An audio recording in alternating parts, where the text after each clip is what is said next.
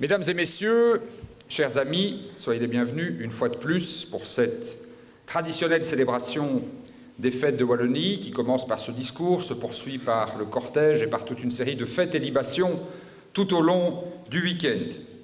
Alors vous le savez, l'an dernier, alors que nous nous préparions à célébrer dans la joie le 350e anniversaire de notre cité, nous avons tous été profondément blessés par l'annonce de la fermeture de l'usine de Caterpillar.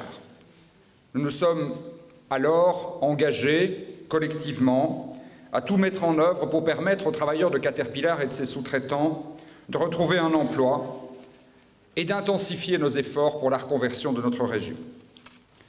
Lorsqu'une multinationale décide de fermer l'un de ses plus importants sites de production, l'autorité publique n'est hélas pas toute puissante. C'est profondément choquant, mais dans l'état actuel de la législation, rien ne nous permet d'empêcher des licenciements, même dans une entreprise qui fait des bénéfices et même dans une entreprise qui distribue largement des dividendes. L'avenir des travailleurs de cette entreprise et plus largement du développement socio-économique de notre région relève en revanche pleinement de notre responsabilité politique. Et dès le lendemain de l'annonce de la fermeture de Caterpillar, les autorités locales et régionales ont activé tous les leviers pour entamer sans délai la reconversion. La première priorité fut d'accompagner les travailleurs. La mise en place des cellules de reconversion par la région wallonne, avec le soutien de l'Union européenne, vise à permettre aux anciens travailleurs de Caterpillar et de ses sous-traitants de valoriser au mieux leur formidable savoir-faire et de retrouver un emploi dans les meilleurs délais. Et à ce jour, environ un quart des travailleurs de Caterpillar ont retrouvé un emploi, et dans leur plus grande majorité, dans le cadre d'un contrat à durée indéterminée. La deuxième priorité a consisté à récupérer le site de Gosselies. Nous avons trop souvent vu à Charleroi des sites industriels laissés à l'abandon pendant des années, des décennies parfois même, tournés en friche et en plaie urbaine, alors qu'ils auraient pu accueillir de nouvelles activités.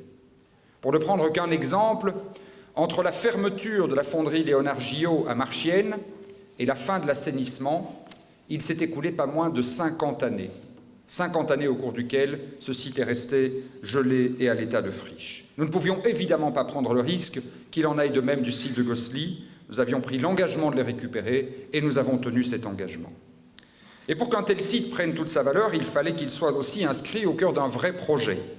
Le groupe de travail mis en place par le gouvernement wallon, que j'ai eu le plaisir et le privilège de présider, a accompli un travail remarquable en un temps très court.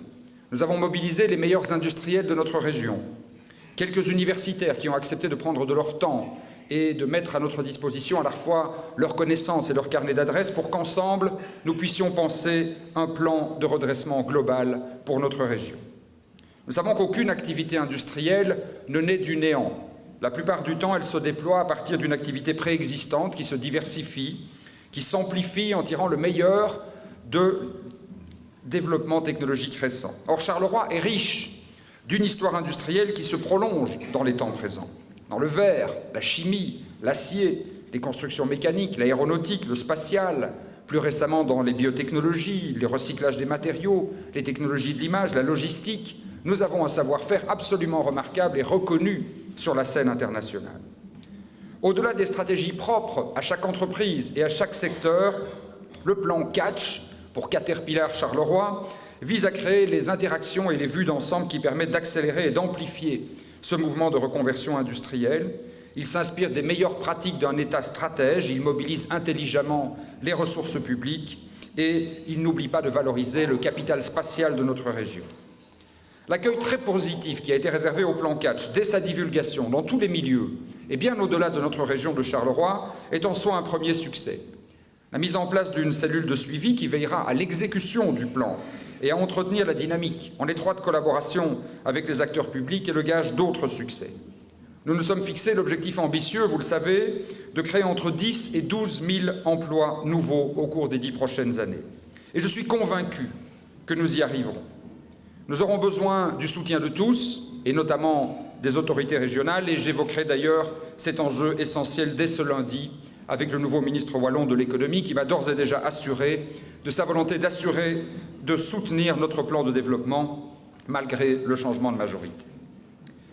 Au-delà de ce défi fondamental de la reconversion économique de Charleroi, notre ville poursuit aussi sa mue urbaine profonde. Et l'année 2017 est de ce point de vue un excellent cru. C'est même l'année charnière de notre législature. D'un côté, en effet, nous avons pu nous réjouir de voir les grands travaux de la ville basse, publics et privés, s'achever. Je ne ferai pas un inventaire complet, mais permettez-moi quand même de rappeler quelques-uns des grands chantiers qui ont complètement transformé l'image de cette ville basse. L'inauguration du nouveau pôle Média Carolo Média Sambre, la semaine dernière, a achevé la reconstruction complète du quartier de la Digue. Alors qu'il y a quelques années, vous vous en souvenez, l'espace public était à l'abandon, de nombreux immeubles étaient eux aussi abandonnés, ils tombaient en ruine.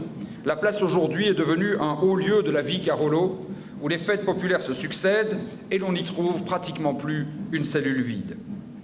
L'ouverture tant attendue du centre commercial Rive Gauche au printemps dernier a conclu quant à lui la rénovation du quartier Thiroux et a permis au passage la création de plus de 500 emplois. La nouvelle place verte a retrouvé son marché et là aussi, les festivals et manifestations les plus diverses se multiplient.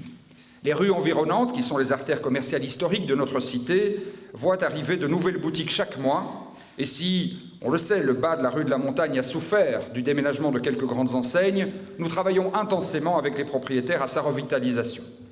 Rive Gauche est désormais le centre commercial le plus fréquenté de Wallonie. 500 nouveaux habitants viendront bientôt s'installer dans des logements neufs aux abords immédiats de ce quartier. La dynamique n'en est donc qu'à ses débuts. L'inauguration du Quai 10 a quant à lui couronné la rénovation intégrale du quartier des Quais. Ce nouveau pôle culturel dynamique, qui a déjà beaucoup fait parler de lui au-delà de nos frontières, ranime ce quartier où les initiatives privées se multiplient également. La manufacture urbaine, pour ne citer qu'elle, est devenue un haut lieu de la vie sociale Carolo, enviée des autres cités wallonnes, et elle essaimera bientôt ailleurs, sur les quais. Les Carolos redécouvrent aussi le plaisir de flâner au bord de leur rivière, et là aussi, apéros d'été, brocantes, festivals, séances de cinéma en plein air et parcours d'art urbain témoignent de la vitalité retrouvée des bords de Sambre. La rive droite n'est d'ailleurs pas oubliée, puisque nous entamerons bientôt la rénovation des quais et de l'esplanade de la gare. Le budget de 68 millions d'euros dégagé par le gouvernement wallon précédent pour restaurer en profondeur la gare des bus, l'esplanade de la gare, le siège des transports en commun et développer une nouvelle liaison à haut niveau de service vers le sud, reliant le centre-ville à Marcinelle, Mont-sur-Marchienne, Couillet.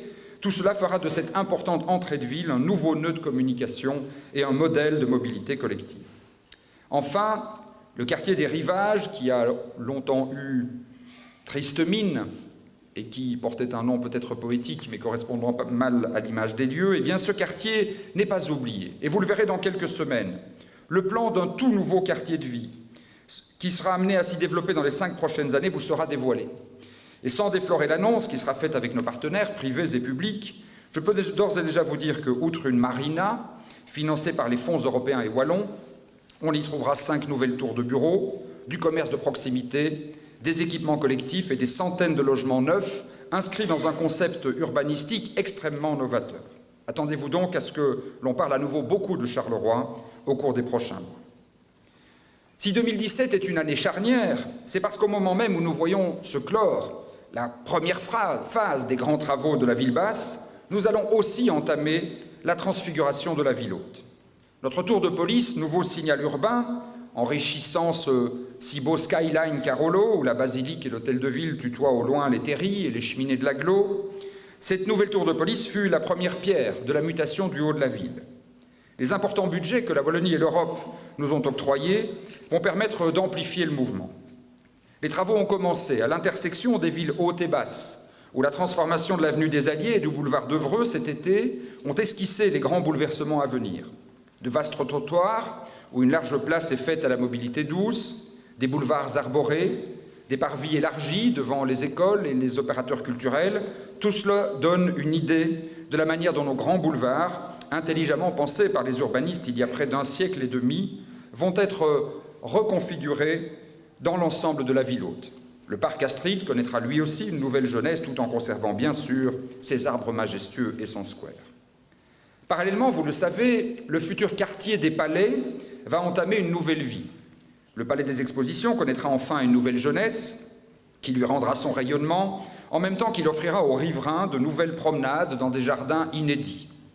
Un nouveau palais des Congrès jouxtera bientôt le Palais des Beaux-Arts, lui aussi rénové, et fera place à une place du manège dégagée des voitures et arborée pour le plus grand plaisir des riverains et des amoureux du marché du dimanche. La future place Vauban, si je peux déjà l'appeler comme ça, sera parée de pierres bleues du Hainaut, d'arbres et de fontaines, rendant à notre hôtel de ville, qui sera lui aussi modernisé, un parvis à la mesure de sa beauté. Quelques mètres plus bas, une nouvelle placette, qui n'a pas encore de nom, verra le jour le long de la rue de France, où s'installera le formidable théâtre de la Guimbarde, qui viendra renforcer la vocation culturelle de ce petit Montmartre-Carolo. Et quelques centaines de mètres plus haut, c'est tout un campus qui se développera. Vous le savez, après l'extension du BPS 22, dont le succès ne se dément pas, ceux qui étaient présents samedi dernier pourront en témoigner, c'est un nouveau siège universitaire dans le bâtiment Zénogramme restauré qui sera créé, une cité des métiers, un centre du design, de nouveaux locaux pour l'université ouverte, des lieux de vie et d'études pour les étudiants, tout cela pour rendre à ce quartier, dont l'ensemble des voiries et des espaces publics seront aussi réaménagés, sa vocation estudiantine historique. Fréquenté chaque jour par des milliers d'étudiants et d'enseignants, aux profils les plus variés, ce quartier de notre ville deviendra un campus unique au monde et qui dynamisera l'ensemble de la ville hôte. En ce compris, le quartier trop longtemps oublié de la Brouche-Terre, qui accueillera bientôt, vous le savez, le siège de la Sambrienne et des dizaines de logements publics neufs. Le quartier du Mambourg n'est pas oublié, puisque le stade sera modernisé et réinscrit dans l'espace public, que le nouveau musée des Beaux-Arts s'installera dans un lieu enfin adapté à la qualité de ses collections, aux côtés de la tour de police et de Charleroi-Danse. Quant à l'ancien site du centre hospitalier universitaire, dont la démolition s'achèvera à la fin de l'année, il redeviendra bientôt un lieu d'habitat et de promenade à quelques pas d'un hôpital Notre-Dame qui, lui aussi, sera transformé en bâtiment d'enseignement supérieur. Je crois que collectivement, quand on fait la liste de tous ces projets, nous pouvons mettre toute modestie de côté. Nous avons là l'un des projets de rénovation urbaine les plus ambitieux d'Europe, peut-être le plus ambitieux d'Europe. Peu de villes ont reconnu, en moins d'une décennie, une mutation si profonde et si innovante. Charleroi, qui était devenu le symbole de tous les maux urbains contemporains, sera cité dans quelques années, j'en suis intimement convaincu, comme un modèle de renaissance dont beaucoup s'inspireront. Que déjà aujourd'hui, des artistes, des architectes, des journalistes, des chercheurs, parfois venus de très loin, affluent à Charleroi pour analyser notre transformation, en est la plus belle des promesses. Je vous ai beaucoup parlé du centre-ville, de ces 2 petits kilomètres carrés où nous aimons tant flâner et nous retrouver. Cela signifie-t-il, comme on nous en fait parfois, régulièrement même, le procès, que les autres quartiers de notre ville seraient oubliés? Pas du tout. Dès l'entame de la législature, nous avons pensé à un projet de ville global qui ne veut oublier aucune parcelle de son territoire. Et si le centre profite d'investissements importants, c'est parce qu'il est la part du territoire que les 205 000 Carolos ont en partage. Celui où beaucoup vont à l'école, travaillent, se forment, se divertissent. Il est aussi le lieu de la ville où se concentrent les grandes fonctions publiques, les sièges des entreprises et l'essentiel du commerce. Et aucune ville, aucune, ne se porte bien si son centre a perdu sa vitalité. Alors plutôt que d'opposer le centre aux autres quartiers, il faut voir le noyau central comme le cœur qui fait battre toute la cité, et il faut voir les quartiers comme les lieux de vie qui irriguent le centre, et les penser comme totalement complémentaires. Il y a un peu plus de 2 ans, nous avons décidé de repenser Charleroi comme l'alliance de 5 districts. 5 districts qui comptent chacun environ 40 000 habitants. Ce choix vient d'abord d'un constat. Les villes les plus dynamiques aujourd'hui en Europe ne sont pas les petites villes, ce ne sont pas non plus les métropoles qui souffrent beaucoup, ce sont les villes moyennes. Parce qu'elles offrent des services de qualité, mais que dans le même temps, elles ne connaissent pas les problèmes de congestion des grandes agglomérations. Ce sont ces villes moyennes de 50 000 habitants à peu près qui attirent le plus grand nombre d'habitants aujourd'hui. Charleroi peut s'inscrire dans ce mouvement si elle parvient à développer une vision urbaine qui s'inspire de ce modèle. Dans chacun des 5 districts, les citoyens doivent trouver une offre de logement diversifiée, des espaces publics et naturels de qualité, une gamme complète de services, crèches, écoles, équipements sportifs et culturels, commerces de proximité, centres d'accueil des aînés, en sorte que chacun puisse vivre l'essentiel de sa vie proche de chez soi, sans devoir perdre des heures précieuses tous les jours en longs déplacements. C'est une vision de la ville qui renoue aussi avec l'intuition des urbanistes humanistes des débuts du XXe siècle. Une ville qui n'est pas concentrique, une ville qui n'est pas cloisonnée, une ville au contraire qui est polycentrique et une ville qui est ouverte et poreuse. Une ville où les temps sociaux se resynchronisent, où la convivialité se perpétue, qui consomme moins d'énergie, qui gaspille moins d'espace et moins de ressources naturelles que les métropoles contemporaines. Et c'est dans cet esprit que nous n'avons cessé de travailler. Nous avons veillé à conserver dans chaque district une maison communale facilement accessible en transport en commun, et un hôtel de police, et même 2, dans les districts de l'Ouest et de l'Est qui, vous le savez, sont traversés par la Sambre. Nous avons rénové près de 250 rues, 110 km de voirie au moins, et nous l'avons fait de manière équilibrée dans tous les districts, en rétablissant des priorités sur base de critères objectifs. Nous faisons de même pour la rénovation des écoles et des équipements sportifs, pour l'installation des jeux pour enfants. Nous faisons de même pour les infrastructures culturelles. 2 bibliothèques nouvelles ont ouvert, une à Roux, à l'ouest, l'autre à Gosselies, au nord. Et nous avons l'ambition de créer 2 nouvelles maisons de jeunes, à Dampremy, au centre-ouest, et à Montigny-sur-Sambre, à l'est. Nos partenaires publics s'inscrivent dans la même logique d'équilibre territorial. Le CPS veille à conserver des antennes sociales bien distribuées sur tout le territoire et elles aussi facilement accessibles. Et il vient d'ouvrir un nouvel espace citoyen au nord, à Gosselies. L'ISPPC s'est installé à Laux-de-Linsart tout en conservant des implantations à Jumet et en centre-ville. Le grand hôpital de Charleroi sort de terre à Gilly et développera de nouveaux projets sur ses sites historiques à Charleroi-Nord, à Gilly et à Montigny-sur-Sambre. La Sambrienne construit des logements publics dans tous les districts et en priorité dans les quartiers les plus abîmés, comme la Brouche-Terre et Charleroi-Nord. Et le secteur privé suit aussi notre logique. Près de 400 logements neufs sortent de terre tous les ans et ils élisent domicile tant au nord qu'au sud et à l'est qu'à l'ouest. Des quartiers nouveaux, comptant jusqu'à 350 voire 500 logements, sortiront bientôt de terre à Dampremy et à Marcinelle. Dans chacun des districts, nous veillons également à redévelopper des centralités, des espaces où les citoyens aient la chance de se croiser, des lieux qui s'imposent peu à peu comme les nouveaux lieux de la convivialité Carolo. Après la place Chantraine, nous entamerons bientôt le réaménagement de la place d'Estrée à Gilly, pour en refaire un espace partagé où se croisent les enfants des écoles, ceux qui fréquentent les bibliothèques et ceux qui fréquenteront l'ancienne piscine bientôt transformée en centre sportif. Nous rénovons dans le même temps le centre culturel tant choisi. Les places centrales de Montigny-sur-Sambre et de Jumet connaîtront des travaux du même type.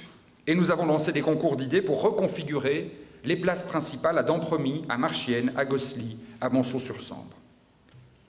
Vous voyez, cet investissement est donc bien réparti sur l'ensemble de notre territoire, même si rien n'a l'effet aussi spectaculaire que cette rénovation en profondeur de notre centre-ville. L'investissement dans les quartiers n'est d'ailleurs pas seulement matériel. Il vise aussi et surtout l'épanouissement personnel des Carolos. On dit en psychologie qu'un être humain va mal quand il cesse de soigner son corps, quand il n'entretient plus de relations sociales ou quand il arrête d'apprendre. Nous devons donner à tous les Carolos, de toutes les origines, de tous les âges et de toutes les conditions, la chance de prendre soin d'eux, de cultiver leurs amitiés et de ne jamais cesser d'apprendre. Notre tissu Carolo est de ce point de vue absolument remarquable. Peut-être parce que nous avons souffert de grandes catastrophes industrielles et des profondes blessures sociales et morales qu'elles ont laissées, nous avons aussi développé un formidable vivier d'apprentissage collectif.